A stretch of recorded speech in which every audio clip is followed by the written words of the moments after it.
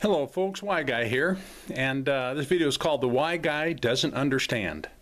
And I'm going to take a short walk here. This will be a very short video. I'm going to take a short walk here with my two dogs and my cat and let you also view some of the wonderful scenery that blesses me so much, and hopefully it'll bless you as well as I discuss something I just don't understand. I'm going to be speaking from the heart. I have no notes. I did bring a book here with me that I'm just going to zoom in on to let you in context what I'm going to share. And again, this video should be under somewhere between 6 and 7 minutes, I'm hoping. Anyway, very short video of something I just don't understand. It's been bothering me for months. And I'm basically asking for advice from my YouTube audience, especially those who subscribe, of what to do, basically. Okay, or it's more for my friend Joe than it is for anyone. Hello, Joe. Okay, well, let me turn this camera around here. I'll try not to jiggle so much as I walk, but it's going to happen, so hopefully you don't get too seasick. All right, now here, whoops, let me spin it around. There we go. As I walk down my porch here. Okay, just give the pups here. There's one of them. Hello, yo, and my kitty. Anyway, let's take a short walk here as I share my heart with you. And this is in reference to Joe's daughters. For months ago, he shared with me how his two daughters were fearful, and the fact that their father was now going to hell because he no longer believed in it. And I would like to know how that equates, how that is incorporated into the gospel in their understanding, in their minds. And that's the advice I'm primarily asking of my subscribers, is how that was incorporated and how to handle something like that, because to me it is so bizarre that the gospel message has been perverted horribly from what Jesus spoke was the good news. The good news and the gospel are one and the same. What he shared of the good news, he didn't mention hell even once in his explanation of the good news. Also, when Paul preached, he said, if anyone shares with you and preaches a different gospel than the one I preach, let him be accursed. And yet he didn't mention hell ever in any of his gospel messages. So, that right there something is not adding up, okay? Isn't it beautiful out here? Now this little shack here, I don't know if you can see it through the trees here, but this little shack here is what we lived in while building that over there yonder. Okay. Anyway, back to the gospel message, that neither Paul nor Jesus mentioned hell in their gospel message. Now, when Joe did some research on the word hell, and the history of when and how it got inserted in the Bible, it was astounding. It changed his mind.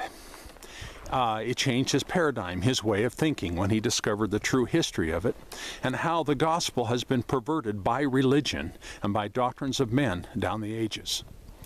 And when he tried to share that with his two daughters, they were fearful of him going to hell, as I said before. Now, so their gospel message is this. This is how I have to interpret it.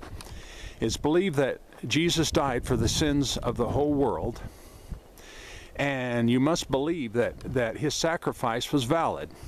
And if you don't believe in hell, you're going to go there. Now, who in the hell does that make sense to? I hope at some point in time they're willing to view this video and maybe see it from Joe's perspective as well as ours. Another part of the whole thing that doesn't make sense is they're choosing to ignore the very fruit that is in their father's life. Rather than acknowledging the good fruit that is in his life, he now loves God more with all of his heart, mind, soul, and strength, and he loves them, his children, and other people, including strangers, as himself, more than he ever has before. And yet, let's ignore that, speaking from his daughter's perspective, let's ignore that's in his life, that he has more peace, more joy than he's ever had in his life, But let's ignore that and let's run with this gospel of hell, which neither Paul nor Jesus ever taught on in their gospel message, okay? So, so it basically boils down to this, is his daughter, well, at least one of them, I don't know if both did, ran to their pastor, and ignoring their father's fruit, ignoring their dad, and the love that he has for them, they go and get the advice of their pastor and ignored their own father. Now, he did try to share this book with them. I'm going to try to see if I can get a camera lens here, see if it makes any sense. Do you see this book is called Raising Hell? He bought one for each one of his kids. And it's written by, and give a shout out to Julie. Hello, Julie. Her and her husband Steve sometimes view these videos. But anyway, let's see, show you what Julie looks like. Oops, a little backwards. Well, anyway, I would encourage any of my YouTube subscribers and YouTube audience who happens to run across this, I dare you to grab this book. I really do. It's wonderfully written, includes an awful lot of history. And I guess I better be heading back here to my place.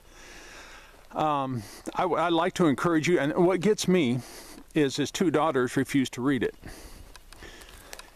And why is that? What are you afraid of, young ladies? What are you afraid of? Okay, are you afraid of being deceived? Is that what it is?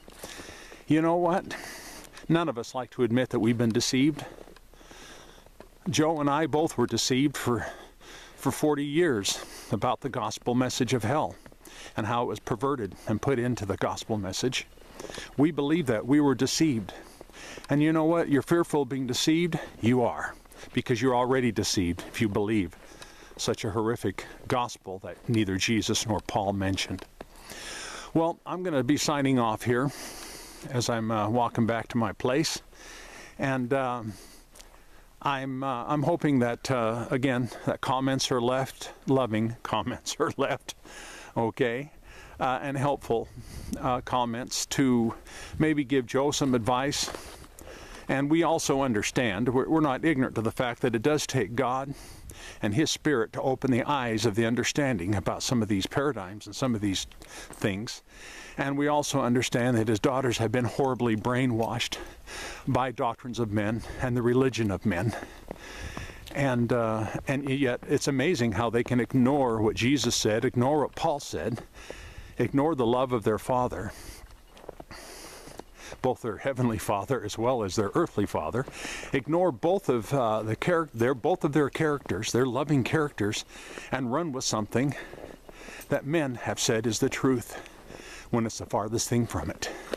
Well, I hope they get a chance to view this video. Thank you for viewing. Signing off.